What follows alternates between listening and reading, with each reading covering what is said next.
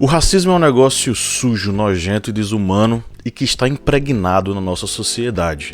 Não adianta negar sua existência, porque isso só torna o racismo ainda mais forte. O negócio é que no século passado, século XX, tá gente? Pelo amor de Deus, não confundam aí os séculos. Os racistas encontraram apoio em outros racistas, os pseudocientistas, né, da eugenia. A eugenia era uma pseudociência. E de acordo com os seus pseudocientistas, a eugenia dava o fundamento científico ou pseudocientífico para o racismo que era praticado naquele período. Bom, então vamos hoje analisar o que foi a eugenia. E eu já adianto uma coisa para vocês. Ela foi a pseudociência que legitimava uma ideia de melhoramento do ser humano através do embranquecimento.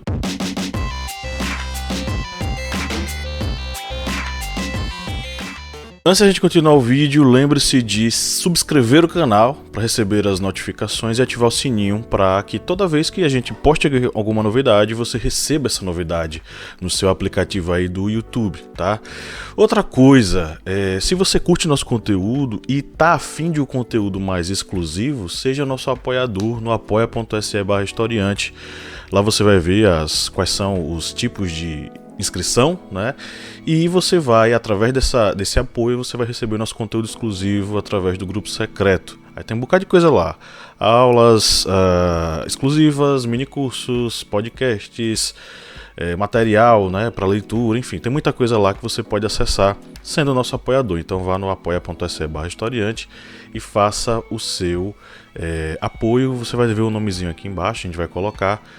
E o link está na descrição desse vídeo, então é só você clicar que você vai ser direcionado para lá. Quem foi que deu o nome eugenia para esse pensamento tão, rebuscado que cheira a estrume? Foi o Francis Galton. Francis Galton é o principal nome dessa lista de pensadores da eugenia, se eu posso dizer assim.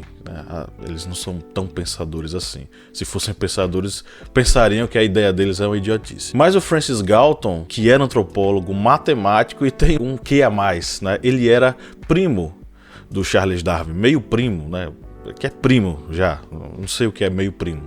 Primo é primo. Na virada do século XIX para o século XX, ele vai construir essa ideia. E uma das coisas que ele vai propagar, né, é a ideia da seleção sexual. Para ele, pessoas burras, criminosas, enfim, pessoas que não prestam para ele, né, elas não deveriam procriar, porque ao procriar, elas iriam passar adiante o gene delas. Qual é a comprovação científica disso? Não havia uma comprovação científica disso. O que existia era uma observação que eles faziam da sociedade e uma utilização do pensamento de Darwin de forma antiética. Eugenia é um nome grego que significa bem-nascido.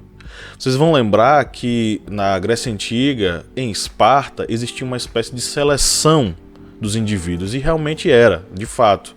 Eles eram observados, analisados, e que se tivessem algum defeito aparente, eles eram descartados, eles eram jogados fora.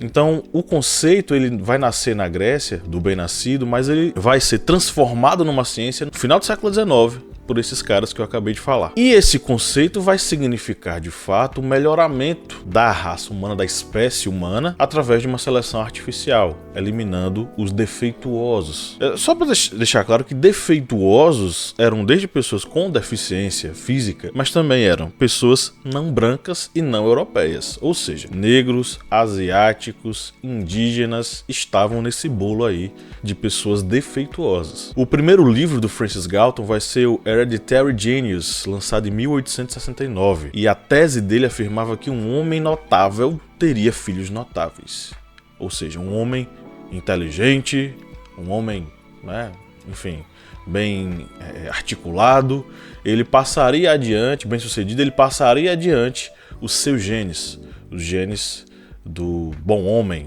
do homem de bem. Ele vai construir a ideia de sangue ruim. O que é essa ideia de sangue ruim?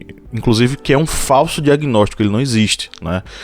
A ideia de sangue ruim, ela existiu para justificar determinadas doenças em indivíduos, em etnias, identificando que determinados indivíduos e etnias, eles eram mais propensos a ter doenças pelo fato de o sangue deles ser ruim. E isso fez com que se construísse uma superioridade racial voltada para o branco europeu. Então o sangue ruim seria um tipo de veneno intrínseco no indivíduo, ele já nasce com esse veneno, né?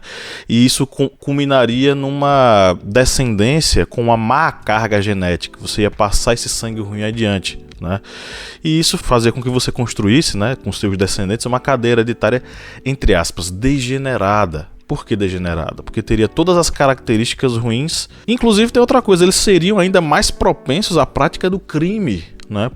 Por causa desse sangue ruim e essas características raciais que eles possuíam. Então em tudo eles eram colocados como inferiores. E isso justificou a segregação, a exclusão, o encarceramento em massa de determinados grupos sociais no mundo e também no Brasil. Então ser portador do sangue ruim significava que você era um agente transmissor do sangue ruim. Olha que coisa louca.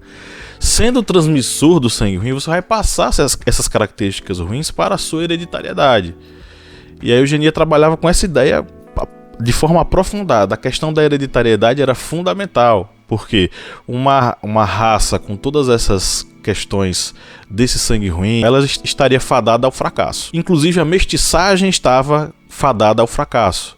Você vai ter vários pensadores aí, inclusive no Brasil, você vai ter um Nina Rodrigues da vida, você vai ter na Europa um Gobineau, que eles vão identificar a mestiçagem como algo muito ruim, dizendo inclusive que uma nação baseada na mestiçagem, onde brancos, negros, indígenas, enfim, se misturam, ela tem um prazo de validade, ela vai acabar, né? Ela vai chegar ao fim, porque a mestiçagem empobrece o indivíduo. Ou, e aí você vai ter outra vertente da eugenia, ou ele empobrece uma nação, ou ele melhora uma nação, aí você inverte completamente. Ou a mestiçagem, para alguns, faz uma nação ficar muito ruim, né? E ela chegar ao seu final, acabar, quanto ela vai através da mestiçagem, as características hereditárias boas, elas ficam nesse indivíduo e essa nação vai melhorar. A gente pode fazer um vídeo sobre essas ideias, nessas vertentes da mestiçagem, em um outro vídeo. Quem eram os portadores do sangue ruim? Negros, indígenas, mestiços, asiáticos, todos aqueles não europeus tinham sangue ruim, segundo a eugenia, e eles deveriam ser colonizados, eles deveriam ser dominados pelo branco que tinha o sangue bom e era o topo da civilização, de acordo com a eugenia. Isso vai justificar, por exemplo, o imperialismo europeu e a exploração do continente africano, dos países asiáticos, dos países latino-americanos. Todos eles vão ser dominados e os brancos que vão dominar vão ter essa justificativa. Nós estamos fazendo isso porque nós somos a raça branca superior de sangue bom e nós devemos fazer isso e você não tem que questionar. E aí a gente vai ter atrocidades que vão... as pessoas não acreditam, mas devem acreditar, porque o racismo precisa ser explicado com exemplos para que as pessoas entendam que ele fez uma destruição da civilização humana e até hoje ele causa essa destruição. Eu vou dar aqui alguns exemplos para a gente ilustrar isso, tá? O genocídio de Hereros e Namaquas na Namíbia pelos alemães. Dentro da partilha da África, aquela região ficou como um protetorado alemão e passou a ser colonizada por eles. Nesse processo colonial, houve uma questão de terras, né, da posse das terras. Os nativos locais se opunham à presença desses colonos e os colonos queriam mais terra. Acontece um conflito e aí vai acontecer o genocídio. Como é que esse genocídio aconteceu? Através de duas características principais, duas ações principais: um envenenamento de poços que eram utilizados pelas tribos locais e também a morte por inanição, ou seja, vamos deixar esse povo morrer de fome. E foi o que aconteceu. Tanto os Namaquas quanto os Hereros, eles foram dizimados. E aí os sobreviventes, eles foram colocados em campos de concentração. O mais famoso campo de concentração ficava na Ilha Shark. E nesses campos de concentração, eles foram dizimados completamente. Quando foram questionados, né, quando o Império Alemão foi questionado o que é que ele estava fazendo e por que ele estava fazendo e que ele estava fazendo coisa errada, o Império Alemão respondeu o seguinte: os Hereros não poderiam ser protegidos pela Convenção de Genebra, que garantia um mínimo, né, de direitos humanos para as pessoas, porque os Hereros não eram humanos de verdade, mas sub-humanos. Aí vamos dar um exemplo agora do Império Britânico. O Império Britânico matou 30 milhões de indianos.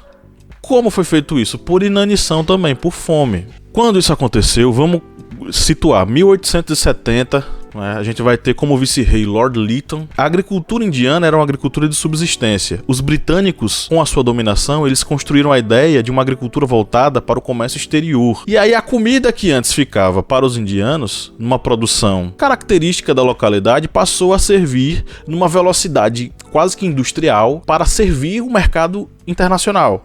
E nessa coisa de servir o mercado internacional, os indianos passaram a ter fome. O Lord Lytton, vendo isso, disse: bom, que morram de fome, vamos deixar aí a seleção natural acontecer. Era um pensamento muito assim, pô, eu sou branco e eu não preciso me preocupar com esses indianos que vão acabar morrendo. Aí vamos parar pra pensar sobre o seguinte: depois de tudo isso que você ouviu, dá pra entender mais ou menos o que foi que os nazistas fizeram? E principalmente, os nazistas, eles não representaram uma aberração histórica. De repente alguém começou a pensar em exterminar pessoas, identificando nelas uma inferioridade e elas deveriam ser exterminadas por isso. Os nazistas fizeram isso, e isso é horrendo, isso é terrível, mas se você for pegar aí uma série histórica, você vai ver que essa ideia de superioridade racial e de extermínio de pessoas, entre aspas, inferiores na cabeça deles, é uma coisa muito antiga, com raízes no século XIX, que foi praticada por alemães, mas também por ingleses, por norte-americanos,